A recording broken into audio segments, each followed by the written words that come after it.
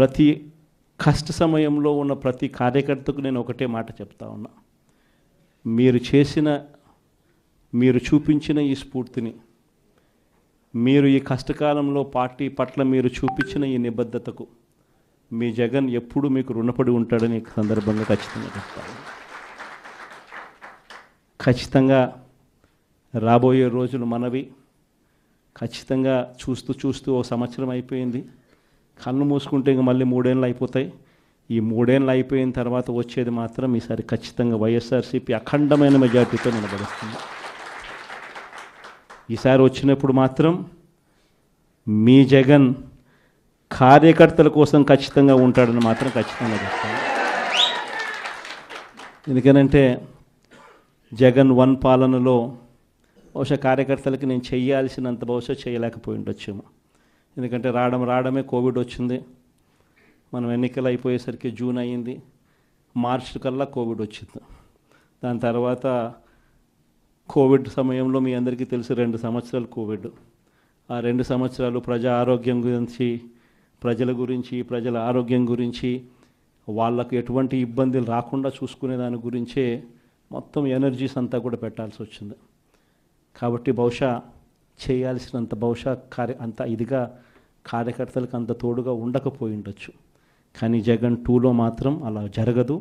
ఖచ్చితంగా అందరికీ మాటిస్తూ ఉన్నాను, కార్యకర్తల కోసం జగన్ ఎంత గట్టిగా నిలబడతాడో వచ్చే ఎన్నికల తర్వాత ఖచ్చితంగా అది కూడా చేసి చూపిస్తానని కూడా ఈ సందర్భంగా చెప్తా ఉన్నా.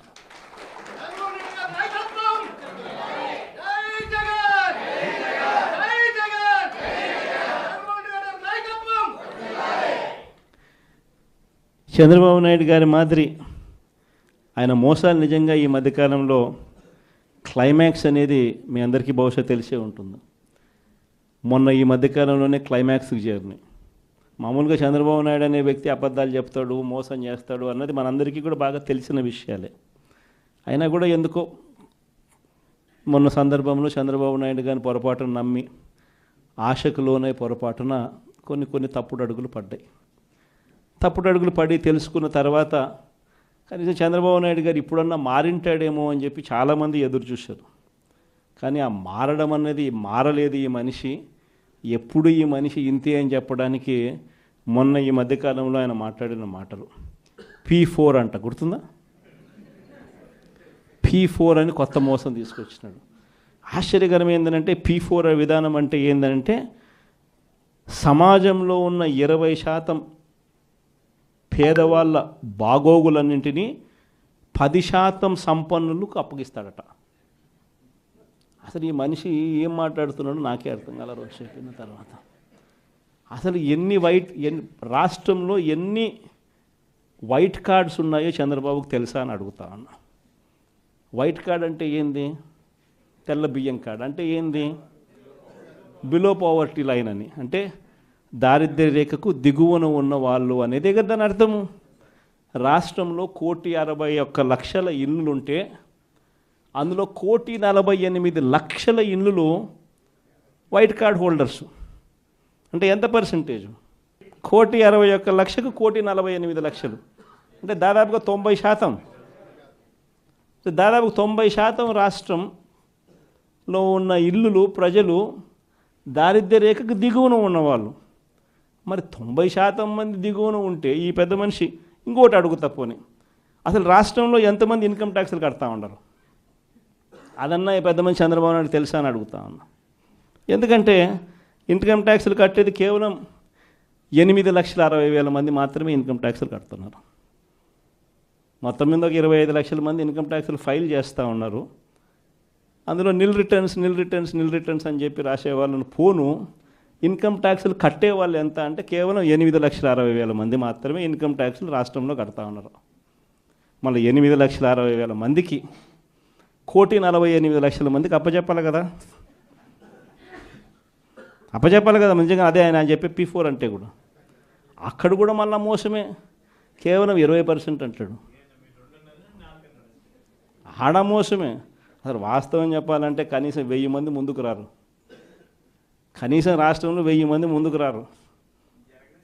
ఇది జరగదని చెప్పి అందరికీ తెలుసు, అవాస్తవాలని అందరికీ తెలుసు. ఈయన డ్రామాలు ఆడుతున్నాడని అందరికీ తెలుసు, ప్రజలందరూ నవ్వుకుంటున్నారు. ఈయన మాట్లాడేటప్పుడు ఏకంగా మీటింగ్లో నుంచి మనుషులు కూడా వెళ్ళిపోతూ ఉన్నారు. ఇంత అబద్ధాలు చెప్పాకయ్యా, ఇంత మోసం చేయకయ్యా అని చెప్పి చెప్తా ఉన్నా కూడా ఈ మనిషికి నేను చెప్పేది అబద్ధమే, నేను చెప్పేది ప్రజలు నమ్మాల్సిందే అని అబద్ధాల మీద అబద్ధాలు చెప్పుకుంటూ పోతూ ఉన్నాడు. ఎన్ని రేషన్ కార్డులు ఉన్నాయో తెలియదు, వైట్ రేషన్ కార్డుకి అర్థం ఏమిటో తెలియదు, ఎంతమంది రాష్ట్రంలో ఇన్కమ్ ట్యాక్స్లు కడతా ఉన్నారో కూడా తెలీదు అనడం కూడా తప్పు. తెలుసు కానీ మోసం. ఇప్పుడు కూడా సూపర్ 6 ఎందుకు అమలు చేయడం లేదయ్యా, సూపర్ 7 ఎందుకు అమలు చేయడం లేదంటే ఏమంటాడు, రాష్ట్రంలో అప్పులు 10 లక్షలు అంటాడు. ఎన్నిసార్లు చెప్పాలయ్యా నీకు రాష్ట్రంలో అప్పులు ఎంత ఉన్నాయి అని చెప్పి, 6.5 లక్షల కోట్లు రాష్ట్రంలో అప్పులు ఉన్నాయని చెప్పి నువ్వే అసెంబ్లీలో ప్రవేశపెట్టిన నీ బడ్జెట్ డాక్యుమెంట్లు నువ్వే చెప్పించావు. ఆయన ప్రవేశపెట్టిన బడ్జెట్ డాక్యుమెంట్లో రాష్ట్రానికి సంబంధించిన అప్పులు ఎంత అంటే ఆయనే 6.5 లక్షలు అని చెప్పి ఆయనే చూపించారు. 6.5 లక్షల కోట్లలో కూడా 3,13,000 కోట్లు ఆయన ప్రభుత్వం దిగిపోయే నాటికే ఉన్న అప్పులను కూడా అని అందరికీ కూడా తెలుసు. ఆయన ప్రవేశపెట్టిన బడ్జెట్ డాక్యుమెంట్లోనే ఉంటాయి.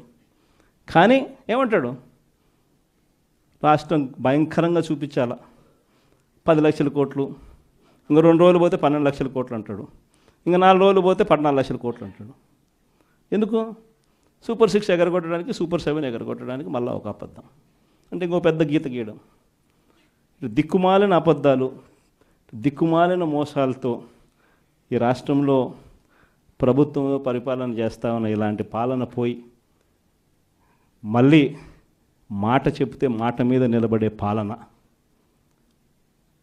ప్రజలకు ఏదైనా కూడా సమస్య వస్తే ఆ ప్రజల సమస్యలను చూసి కనీసం తప్పించే గుండె ఉండే ఒక మంచి పాలన మళ్ళీ రావాలి అని చెప్పి ప్రజలందరూ కూడా మనస్ఫూర్తిగా కోరుకుంటా ఉన్న ఇలాంటి సమయాల్లో వైఎస్ఆర్ కాంగ్రెస్ పార్టీకి నా అన్నదమ్ములుగా, నా అక్క చెల్లెమ్మలుగా మీరంతా నాకు తోడుగా నిలబడతా ఉన్నందుకు మనస్ఫూర్తిగా మీ జగన్ మీ అందరికీ కూడా మరొకసారి హ్యాట్స్ ఆఫ్ చెప్తా ఉన్నాను.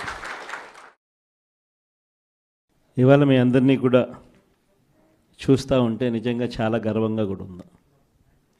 ఎందుకనంటే రాజకీయాలలో ఎప్పుడు కూడా విలువలు ఉండాలి, విశ్వసనీయత ఉండాలి అని చాలా గట్టిగా నమ్మిన వ్యక్తిని నేను అలాగే ఉంటాను, పార్టీ కూడా అలాగే ఉండాలని చెప్పి మొట్టమొదటి రోజు నుంచి కూడా ఆశించాను.